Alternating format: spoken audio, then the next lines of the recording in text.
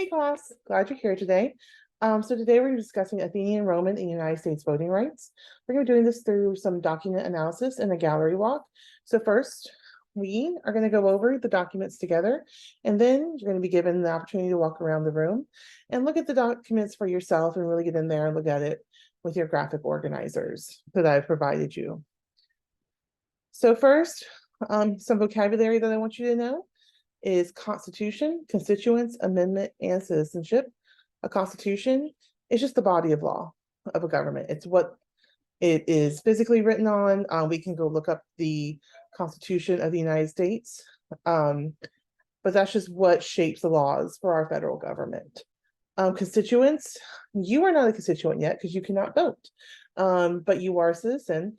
But constituents are voting members of this government, of the society.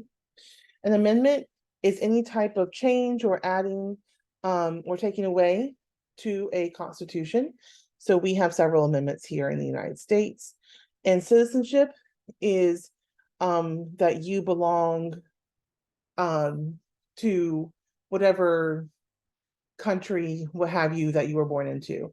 If you're born here in the United States, you are US citizens automatically. If you, like I said, if you were born here physically. So our introductory activity is going to be a think, pair, share. So step one, we're going to turn to our elbow partner and take turns talking and engaging in prior knowledge about what it means to be a citizen and which form of democracy you think is the most effective, whether that be representative or direct. So once again, we're drawing on that prior knowledge from last session. And I want you to talk about which form of democracy you found to be the most effective. So I'm going to set a timer for 1 minute. Actually, I'll give you 2 minutes. I'm going to set a timer for 2 minutes for you to talk to your elbow partner about this. And go.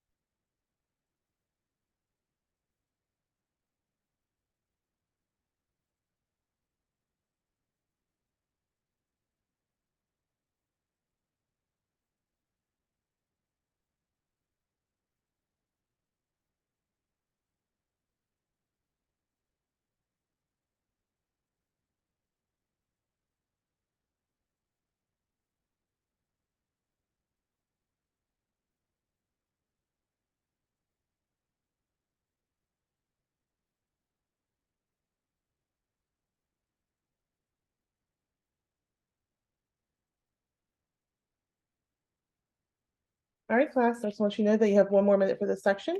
So just take your time, really get into your discussions.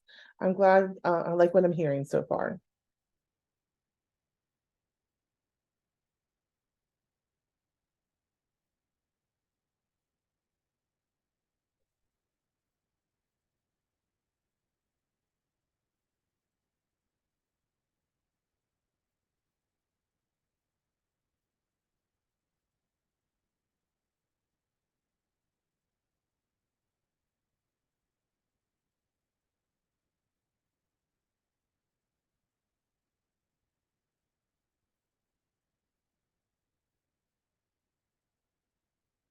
About 15 seconds. Wrap up your conversations, please.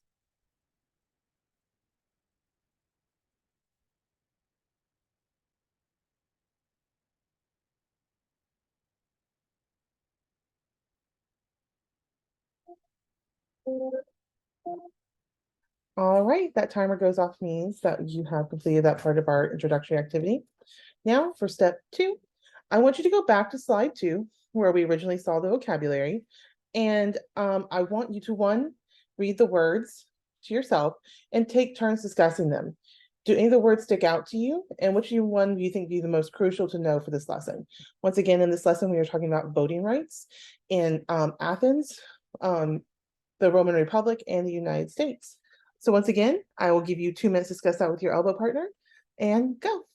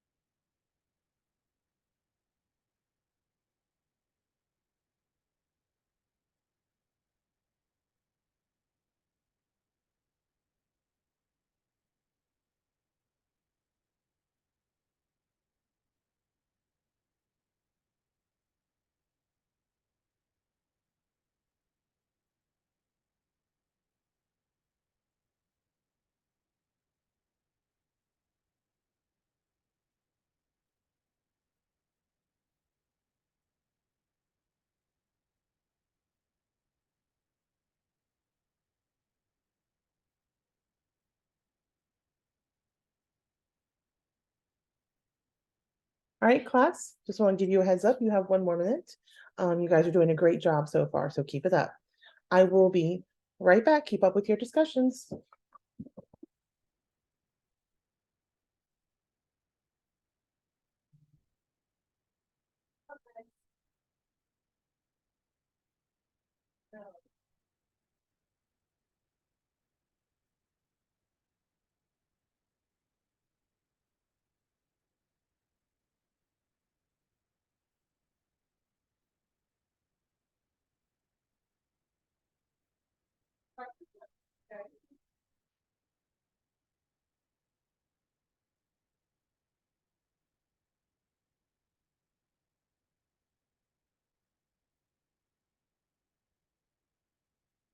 All right, 8 seconds left, guys. Just wrap it up.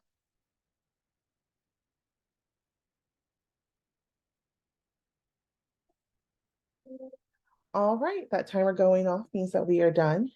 So now I hope that was a good warm up for your brain to move on to the next part. Now we'll be discussing each of these documents or pictures right here on the various slides will lead us to a Jamboard where we can talk about what we think is going on with these documents that we're analyzing. So let's move on. First, we're going to move on to the Athenian Constitution. Now, just as a refresher, the Athenian democracy was a form of direct democracy, which means there was nobody that went and voted on things for us as citizens. We as citizens were the people doing the direct voting, but not everyone was considered a citizen, if you remember, right?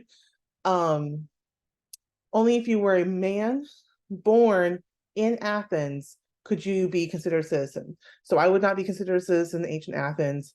If you were not born in Athens, you would not be considered a citizen.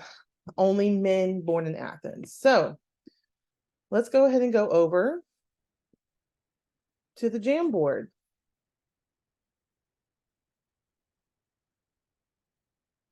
All right. So the thing that I want to analyze here, I'll read it out loud for you. It says, they say that the masses have owned their strength, most of all since when the democracy is a master of the voting power, it is the master of the Constitution. So what I want you to do here is to think, who do you think Aristotle is saying has the true power? Is it the people who are running the government? Or is it the body of law that runs the government? Okay, so what I want you to do is, once you have an idea, you can go over here and type your opinion on the sticky note. All right. Ignore my mascot. If you can, thank you. If you can go ahead, like I said, and type your responses on the sticky notes, you just have to click it and then you can hit save. All right. I'm going to give you guys 1 minute to type a response for me, okay? Once again, the question I'm asking you is, who do you think Aristotle is saying has the power? Is it the people who run the government? Or is it the government itself, the Constitution, who's made the government? Go ahead and go.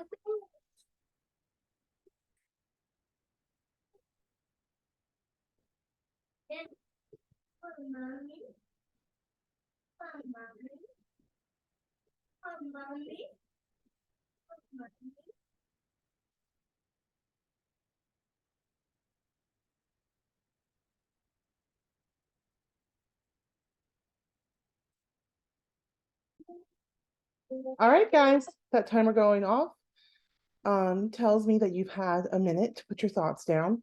So I'm kind of conflicted, you know?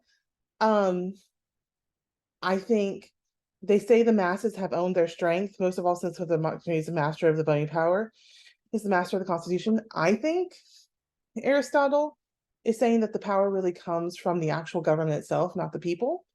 But once again, this is open to interpretation. So I hope you enjoyed doing that. Now, let's go back